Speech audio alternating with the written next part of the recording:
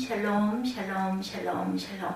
하나님 사랑합니다. 여러분 주 안에서 사랑합니다. 잠언 11장 22절에서 28절 구제를 좋아하는 자가 되십시다. 11장 말씀 보면은 까지 31절까지 있죠. 잠언 11장 31절까지 있는 데서 22절에서 28절 말씀 함께 합독합니다. 아름다운 여인이 상가지 아니하는 것은 마치 돼지코의 금고리 같으니라. 의인의 소원은 오직 선하나 악인의 소망은 진노를 이루느니라. 의인과 악인이 등장을 합니다. 흩어 구제하여도 더욱 부하게 되는 일이 있나니 과도히 아껴도 가난하게 될 뿐이니라. 구제를 좋아하는 자는 풍족하여질 것이요 남을 윤택하게 하는 자는 자기도 윤택하여지리라. 곡식을 내놓지 아니하는 자는 백성에게 저주를 받을 것이나 파는 자는 그의 머리에 복이 임하리라. 선을 간절히 구하는 자는 은총을 얻으려니와 악을 더듬어 찾는 자에게는 악이 임하리라. 자기의 재물을 의지하는 자는 패망하려니와 의인은 푸른 잎사귀 같아서 번성하리라 말씀합니다. 이 본문에도 잠언 11장에도 보니 선과 악 그리고 의와 불의 그죠? 그리고 또한 선을 간절히 구하는 자는 은총을 얻고 악을 더듬는 자에게는 악이 임한다. 자기의 재물을 의지하는 자는 패망하려니와 의인은 푸른 잎사귀 같이 번성한다라고 말씀합니다. 의인과 악인에 대한 이야기를 하고 있죠. 그래서 그리스도인이라고 할 때 머리에 어떤 이미지 여러분들 떠오르십니까? 그리스도인이라고 할 때 일반 세상 사람들에서 연상되는 이미지는 과연 무엇일까? 초대교회 가운데 바나바와 바울이 가르쳤던 안디옥 교회 믿는 자들을 가리켜서 세상을 믿지 않는 사람들이 그리스도인 크리스티아노라고 얘기했죠. 첫 번째 최초 사도행전 11장 26절에 증거합니다. 이것은 당시의 성도들이 세상 사람들과는 분명하게 구별되는 삶의 특징을 가지고 있었다는 뜻이기도 합니다. 이 구별되는 특징이라는 것은 바로 하나님의 말씀에 따라 살아가는 정직하고 맡은 일에 성실하고 사람과 사람 사이에 예의를 지키며 다른 사람을 배려하는 삶입니다. 지금도 이러한 삶은 그리스도인의 삶을 연상시키는 중요한 이미지임에 틀림이 없죠. 그리스도인에 대해서 연상되는 이미지는 비단 성경뿐만 아니라 주 125년 아테네의 철학자 아리스토티데스가 하드리안 황제에게 보내는 글 가운데 나타나 있는데요. 그 가운데 이러한 글이 있습니다. 그들은 간음함이나 음란함을 권하지 아니하며 거짓된 증언을 하지 아니하며 기부금의 청탁을 거부하지 않으며 자기 소유가 아닌 것은 탐내지 않습니다. 이렇게 말했다고 그러죠. 그들은 부모를 공경하며 이웃에게 선을 행합니다. 그들은 서로 사랑하며 과부에게 등을 돌리지 아니하고 폭력을 행사하는 괴롭히는 자에게 불쌍한 고아들을 구해내며 가지지 않는 자에게 내어주되 불평 없이 내어줍니다. 가난한 자가 세상을 떠나며 그들은 능력이 닿는 데까지 장리의 비용을 도와줍니다. 바로 이러한 삶의 특징들이 당시 세상 사람들에게 연상되는 그리스도인의 이미지였습니다. 그리스도인의 삶의 특징 가운데 하나는 구제와 봉사죠. 우리 성도들이 생활에서 다른 사람을 사랑하며 구제하는 일이 얼마나 의미 있는 일인지 잠언서의 문맥에서 살펴보려고 합니다. 잠언서의 문맥을 살펴본다는 것은 잠언서의 주제와 목적에 따라 본문의 의미를 살펴본다는 것이죠. 잠언서의 주제의 목적을 기록의 목적을 봅니다. 잠언은 지혜가 무엇인지를 보여주는 책이죠. 고대 세계로부터 인간이 지혜를 추구하는 목적은 자신의 삶을 풍요롭고 안전하게 하고 행복을 주며 궁극적으로 자신의 구원을 얻으려는 것과 연관이 되어 있습니다. 그래서 인간은 오랜 역사를 거쳐 축적되고 검증된 지혜의 집산물인 여러 학문들을 배우기 위해서 비싼 대가를 기꺼이 지불하기도 합니다. 과거 역사에 보면 알렉산더 대왕의 아버지는 필리포스는 알렉산더가 어릴 때 위대한 철학자 가운데 한 사람인 아리스토텔레스를 초빙해서 정치와 윤리와 세계사를 가르칩니다.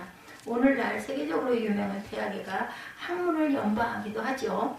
그렇지만 잠언서는 이것이 참된 지혜가 아니다 이렇게 증거하죠. 이런 학문을 다 섭렵한다고 해서 인간을 행복하게 하고 인생에 의미를 주거나 우리 인간사에 일어나는 모든 문제를 다 알 수 있고 해결할 수 있다는 것이 아니다. 그 지식을 떠받치고 있고 그 지식을 올바르게 사용할 수 있게 되는 참된 지식이 그 지식의 기초에 놓여있지 않으면 그 지식은 자신을 망하게 하기도 하고 다른 사람을 고통스럽게 하기도 한다. 그러면 모든 지식의 기초와 올바른 방향을 제공해주는 지식은 과연 무엇일까? 그것은 야훼를 경외하는 것이다 말씀하죠. 1장 7절입니다. 잠언 야훼를 경외하는 것이 지식의 근본이다 말씀하죠. 여기 근본이라는 말은 히브리어로 로슈라는 말인데 머리, 으뜸, 시작, 출발점을 말씀하고 있습니다. 우리도 무엇의 근본이다 하면 시작점이다 라고 이야기를 하죠. 그래서 항상 이 근본 중요하죠. 근본을 중요시해야 되는데 이것은 야훼를 경외하는 지식, 모든 지식의 으뜸이고 출발점이고 기초라는 의미를 담고 있습니다. 사실 야훼를 경외하는 지식이 우리가 이 세상을 살아가는데 필요한 지식에 바른 방향을 잡아주지 않는다면 그 지식은 사람들을 고통스럽게 하고 자기 중심적이기 때문에 사회에 봉사할 수가 없습니다. 지식인들을 전문적 분야의 최고라고 하는 박사들이라고 해서 그들이 그 부분에 최고의 지식을 가지고 있다고 해서 자기를 행복하게 해주고 다른 사람들에게 기쁨을 주면서 살까? 사람마다 다르지만 어떤 사람은 대단히 이기적이고 계산에 머리 회전이 빠르고 거짓말과 핑계거리가 좋은 말로 바꾸는 궤변에 능하다는 것을 알게 됩니다. 우리는 바른 지식의 기초에 놓이지 않는 추한 지식인들의 모습을 많이 봅니다. 이러한 경우 그가 배운 지식은 오히려 그에게 독이고 다른 사람에게도 독이 되죠. 그래서 세상의 모든 지식은 야훼를 경외하는 이 지식의 그릇에 담길 때 올바른 목적으로 우리가 살아갈 수가 있겠다. 잠언의 참된 지혜는 야훼를 경외하는 것임을 보여주고 동시에 야훼를 경외하는 것이 무엇인지 구체적으로 실생활에 적용하고 설명하고 있습니다. 예를 들면 하나님을 경외하는 사람이 하나님의 말씀으로 훈계하는 것을 싫어할까요, 여러분? 아니죠. 기뻐하죠. 잠언 12장 1절에 보면 훈계를 좋아하는 자는 지식을 좋아하나니 징계를 싫어하는 자는 짐승과 같다. 이렇게 증거합니다. 야훼를 경외하는 사람이 게으를 수가 있겠는가? 잠언 12장 24절에 부지런한 자의 손은 사람을 다스리게 되어도 게으른 자는 부림을 받는다라고 말합니다. 야훼를 경외하는 사람이 거짓말을 할 수가 있을까? 잠언 13장 5절에 의인은 거짓말을 미워하나 악인은 행위가 흉악하여 부끄러운 데 이르느니라. 잠언서는 참된 지혜가 무엇인지를 보여주기 위해서 기록된 책입니다. 그러면 이런 문맥에서 야훼를 경외하는 구체적인 일들 가운데 구제와 봉사를 본다면 가난하고 고통받는 사람들을 위하여 구제하고 봉사한다는 것은 야훼를 경외하는 일이고 자신의 생을 풍요롭게 하는 지혜라는 것을 우리가 알 수가 있죠. 구제가 왜 지혜로운 일인가? 그러면 구제가 왜 지혜로운 일일까요, 여러분들? 오늘 읽은 본문에 보면 다른 사람들을 위하여 구제하고 봉사하는 사람의 삶이 왜 지혜로운 일인지를 설명하고 있습니다. 잠언 11장 24절에 흩어 구제하여도 더욱 부하게 되는 일이 있나니 과도히 아껴도 가난하게 될 뿐이니라. 히브리어 성경에는 흩어도 계속하여 증가되고 옳은 일을 자제하는 것은 결국 빈궁하게 된다. 이렇게 해석되어 있습니다.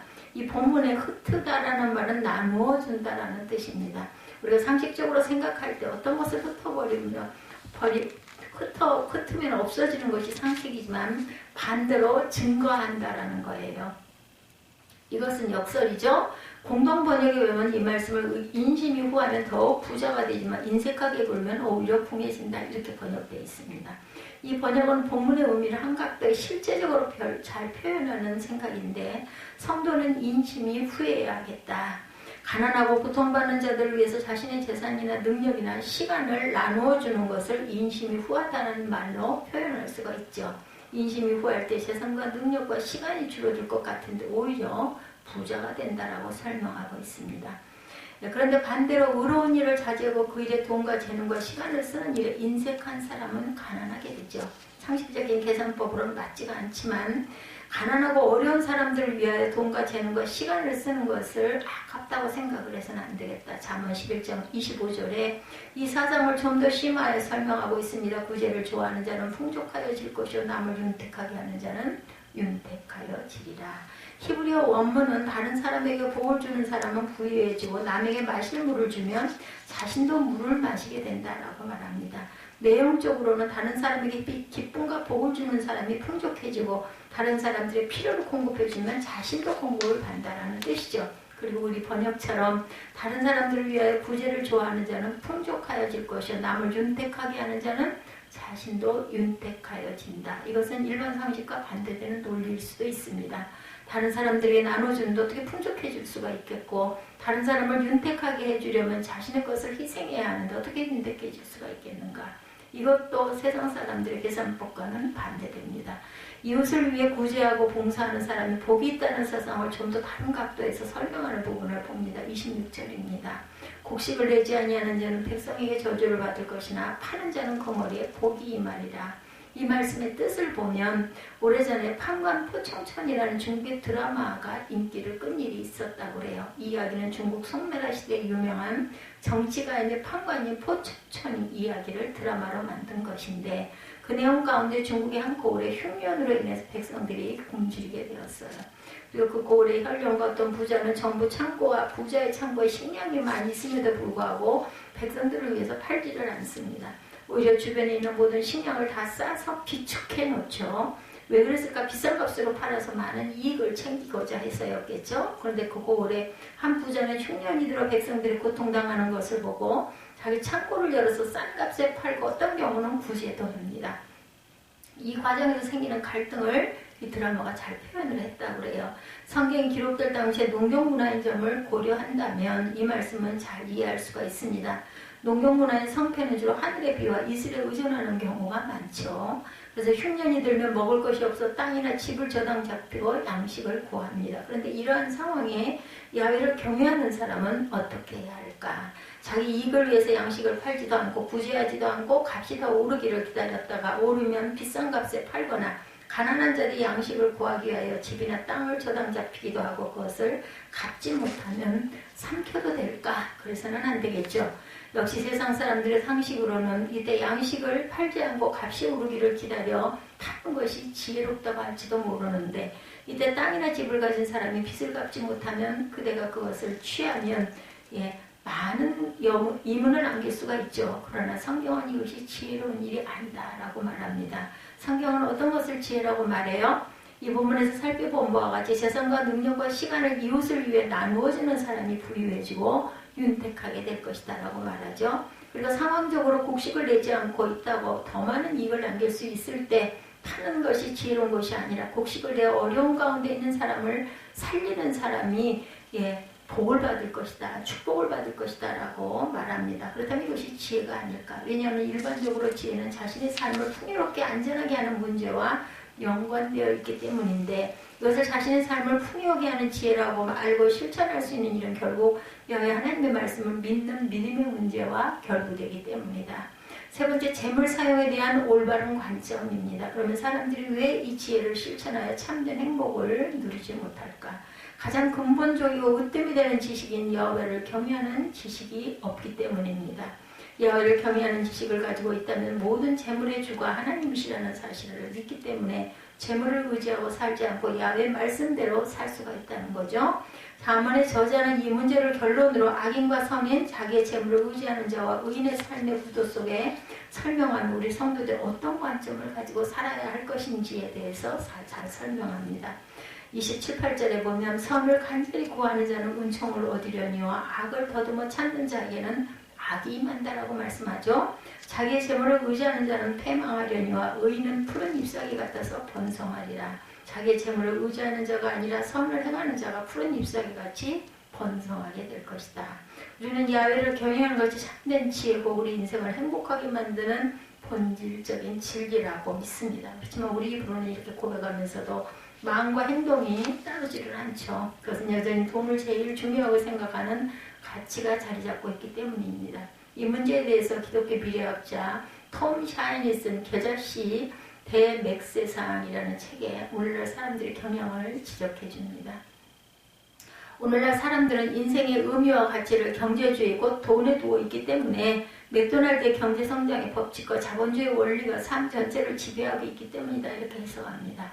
오늘날 돈을 숭배하는 정신이 우리 사회에 깊숙하게 뿌리내려 있습니다. 처음에는 인간이 돈의 주인이었으나 이제는 돈이 인간의 주인이 되고 맙니다. 특히 자본주의 사회에서 돈이 한 사람의 인격과 가치를 매기는 가장 중요한 척도가 됩니다. 톰 샤인이 그의 책에서 불행하게도 신자도 이러한 자본주의 사상에 물들어 말은 예수가 우선이며 야훼를 경외하는 일이 먼저라고 말하면서 실상은 직장에서 승진과 생활 환경의 향상과 경제적 안정이 우선이 되어 있다라고 지적하죠. 그렇지만 성경적으로 잘 훈련된 성도들은 우선순위가 하나님의 영광이기 때문에 돈을 하나님의 영광을 위해 사용할 수 있고 또한 해야 합니다. 근데 돈은 사용하는 사람에 따라 하나님을 영화롭게 할 수 있는 수단이기도 하지만 한편으로는 그 자체가 우상이 되어 치명적인 결과에 빠질 수가 있죠. 하지만 돈은 나쁜 것이 아니죠. 사람에게 돈이 꼭 필요합니다. 지금 당장 돈이 필요하고 우리 교회도 돈이 필요하죠. 인간은 돈이 없이는 또한 살 수가 없습니다. 그래서 오늘날 모든 교회 성도들은 부자 되기를 우리가 항상 축복하죠.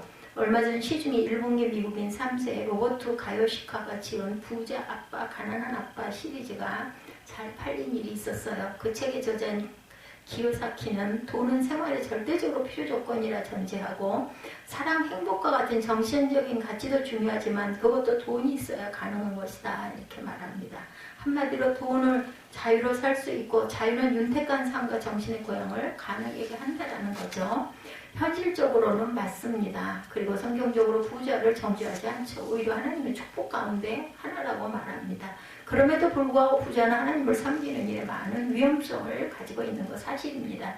특히 그 위험성을 잠언 30장 8절에 아굴이라는 사람의 기도를 통해서 잘 지적합니다. 그것은 부자가 되는 일에는 하나님을 부인하고자 하는 유혹과 하나님을 대항해 높이고자 하는 교만의 가능성을 내재하고 있습니다. 그래서 그는 너무 부유하지 않도록 기도하죠. 인간은 부유하게 될 때 그것은 자기 중심적인 시각에서 해석하여 자기의 지혜와 노력과 수고의 산물이라고 생각하는 경향이 있다. 그뿐만 아니라 부유함으로 인하여 나는 하나님을 모른다, 하나님이 누구냐라고 하면서 자기 교만에 빠지기도 합니다. 근데 그들은 하나님만 무시하는 것이 아니라 동료 인간도 무시하죠. 그리고 어떻게 하든지 자기의 부유함을 과시하려고 합니다. 이것이 돈이 영적인 생활에 주는 위험성이죠. 어떤 사람은 학위로 자신을 치장하고 어떤 사람은 유명 브랜드의 옷차림으로 각종 보석으로 치장하는 일로 좋은 집과 가구, 비싼 자동차들로 치장을 합니다.